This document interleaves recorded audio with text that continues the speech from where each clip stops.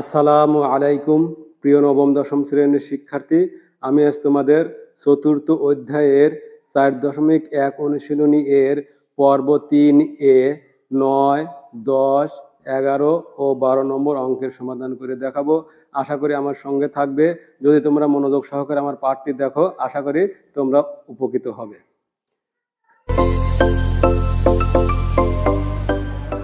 দেখো 4.1 অনুশীলনী এর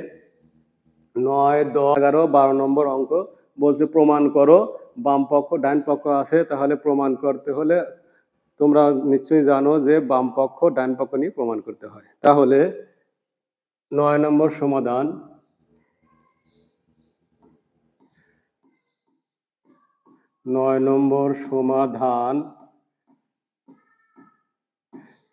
দেওয়া left hand side is equal two 4 to the power n minus 1 divided by 2 to the power n minus 1 প্রমাণ করতে বলছে যে 2 to the power n plus 1 প্রমাণ করো। তাহলে নিশ্চয়ই জানো যে a to the power যদি x হয় তার উপর যদি m হয়, তার মানে কি a to the power m x গুণ হয়, আর গুণের ক্ষেত্রে দেখা যায় যে a to the power m to the power x লিখলে কোনো সমস্যা নাই। কেন সমস্যা নাই? কারণ 3 গুণ 4 সমান 12, আবার 4 গুণ 3 সমান 12, অর্থাৎ গুণ্য আর গুণক পরিবর্তন করলে মানের কোনো পরিবর্তন হয় না। তাহলে লেখা যায় যে এই 2 স্কোয়ার তার উপরে হলো n, তার মানে 2 দুগুণ 4 minus 1 divided by 2 to the power n minus 1 is equal to, এখন দেখো এই 2 to the power n whole to the power square লেখা যায়, কারণ মানের কোনো বলছি যে গুণ্য আর গুণক যদি পরিবর্তন করো তাহলে মানের পরিবর্তন হয় না, অর্থাৎ n নিচে নিয়ে আসলাম আর 2 উপরে নিয়ে গেলাম। মাইনাস দেখো 1 কে স্কোয়ার যদি করা যায় তাহলে মানে কোনো পরিবর্তন হয় না,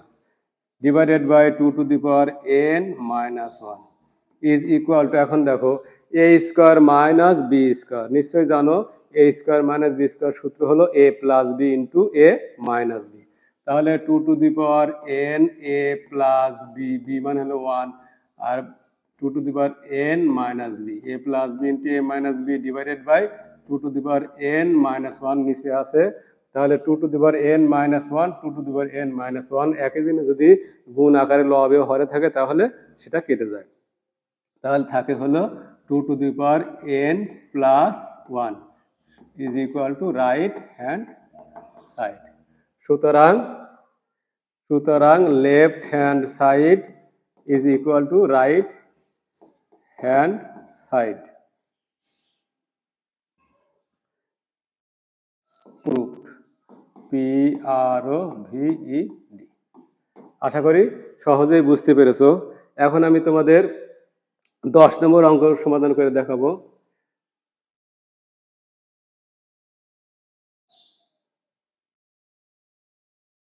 দেখো 10 নম্বর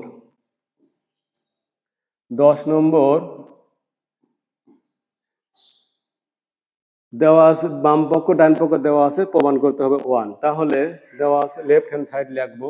left hand side is equal to, এখন দেওয়া আছে হলো 2 to the power 2p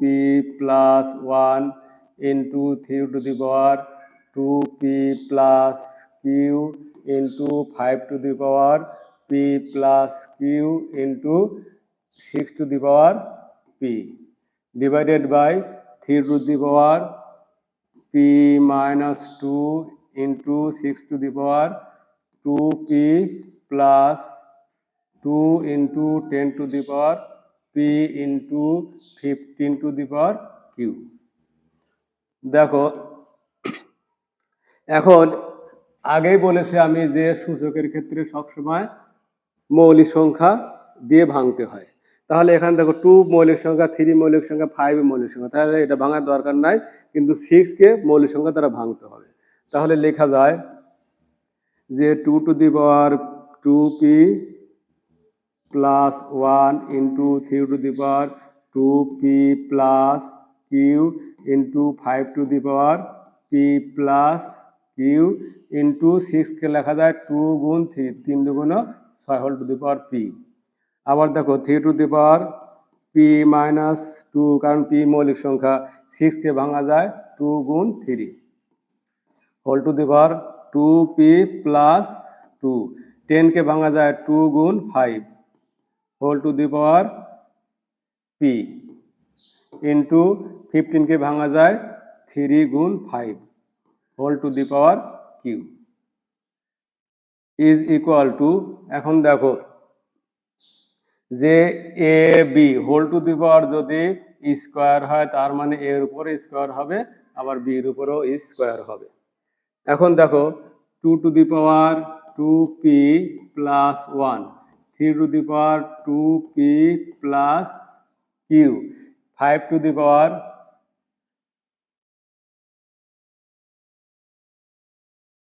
5 to the power আসলে P plus Q, P plus Q, আর 2 পাওয়ারও পি হবে, আবার 3 পাওয়ারও পি হবে, divided by 3 to the power P minus 2 into এখানে দেখো 2 পাওয়ার হবে 2p প্লাস 2, আবার 3 পাওয়ার হবে 2p প্লাস 2, অর্থাৎ 2 পাওয়ার 2p প্লাস 2 ইন্টু 3 পাওয়ারও হবে 2p প্লাস 2, 2p প্লাস 2, আবার দেখো 5 এর পাওয়ার হবে 2 এর পাওয়ার হবে p, আবার 5 এর পাওয়ার হবে p, একইভাবে 3 এর পাওয়ার হবে কিউব, আবার 5 এর পাওয়ার হবে কিউব। এখন ইজ ইকুয়াল টু, দেখো এখন এখানে 2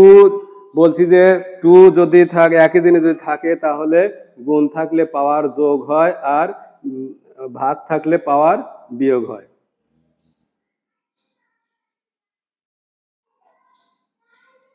সমান দেখো এখন 2 আমরা নেব, দেখো 2 আছে এখানে 2p প্লাস 1, 2p প্লাস 1, আবার দেখো 2 এর পাওয়ার p, এটা কিন্তু গুণ আকার আছে, গুণ থাকলে পাওয়ার যোগ হবে, তার মানে প্লাস p। একইভাবে দেখো নিচে ভাগ আছে 2 এর পাওয়ার 2p প্লাস 2, ভাগ থাকলে পাওয়ার বিয়োগ হয়, বিয়োগ থাকলে চিহ্ন কিন্তু পরিবর্তন হয়, অর্থাৎ প্লাস মাইনাসে মাইনাস 2p, আবার মাইনাস 2, একইভাবে মাইনাস p আর নাই। এখন দেখো ইনটু এবার 3 নেই, 3 এর পাওয়ার এখানে আছে 2p plus Q, 2p plus Q, এখানে 3, আবার 3 পাওয়ার আছে ইনটু আছে, তাহলে যোগ প্লাস p, আবার দেখো নিচে ভাগ আকারে আছে, তাহলে পাওয়ার কি হবে বিয়োগ হবে, অর্থাৎ minus P minus minus plus 2 plus 2, আবার 3 এর পাওয়ার 2p প্লাস 2 আছে, তাহলে প্লাস মাইনাসে মাইনাস 2p আর মাইনাস 2, আবার 3 পাওয়ার আছে কিউব, ভাগ আছে তো মাইনাস কিউব। এইবার 5 নেব, তাহলে 5 ইন্টু 5 এর পাওয়ার হবে হলো, দেখো 5 এর এখানে p প্লাস কিউব আছে, p প্লাস কিউব, আর এখানে নিচে দেখো আছে হলো p, 5 এর পাওয়ার p তাহলে মাইনাস p, আর এখানে নিচে আছে 5 এর পাওয়ার কিউব মানে মাইনাস কিউব। যদি কাটাকাটি করি তাহলে দেখো 2p প্লাস আর 2p মাইনাস কিন্তু কেটে যায়, আবার এখানে p প্লাস p মাইনাস কিন্তু কেটে যায়, এখানে দেখো 2p প্লাস 2p মাইনাস কেটে যায়, এখানে p প্লাস p মাইনাস কেটে যায়, এখানে কিউ প্লাস কিউ মাইনাস কেটে যায়, এখানে 2 প্লাস 2 মাইনাস কেটে যায়, এখানে p p কেটে যায়, কিউ কিউ সবই কেটে যায়। তাহলে এখন দেখো এখানে থাকছে হলো 2 পাওয়ার এখানে মাইনাস 2 প্লাস 1, তাহলে প্লাস মাইনাস থাকলে বিয়োগ হয়, এবং বড় চিহ্নর বড় সংখ্যার বাম পাশে যে চিহ্ন থাকে সেই চিহ্ন হয়, অর্থাৎ 2 থেকে যদি 1 বাদ দেয় তাহলে 1 থাকে, আর যেহেতু 2 বড় তাহলে minus 1 is equal two 2 inverse মানে হলো 1 ডিভাইডেড বাই 2। দেখো রাইট হ্যান্ড সাইড হাফ আছে, তাহলে is equal to right hand side showed. আশা করি বুঝতে পেরেছো। আমি এখন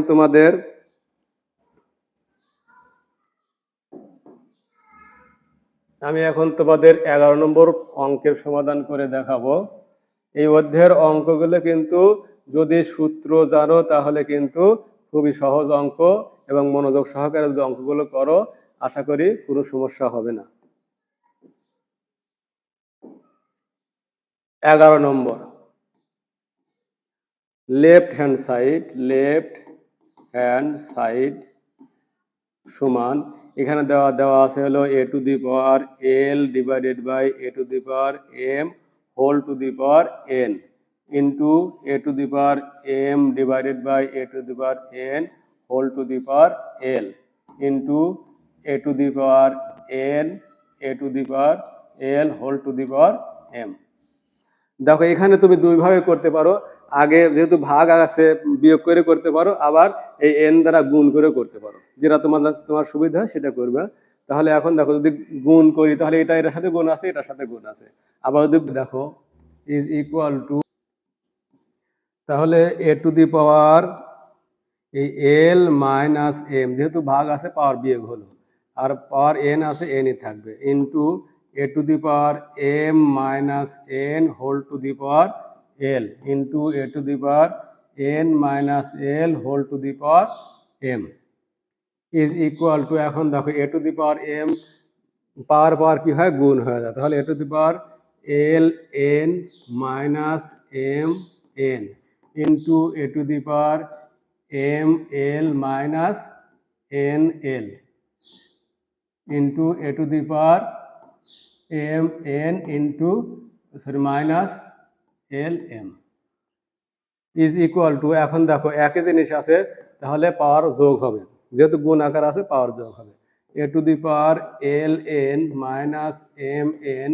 plus m l minus l n plus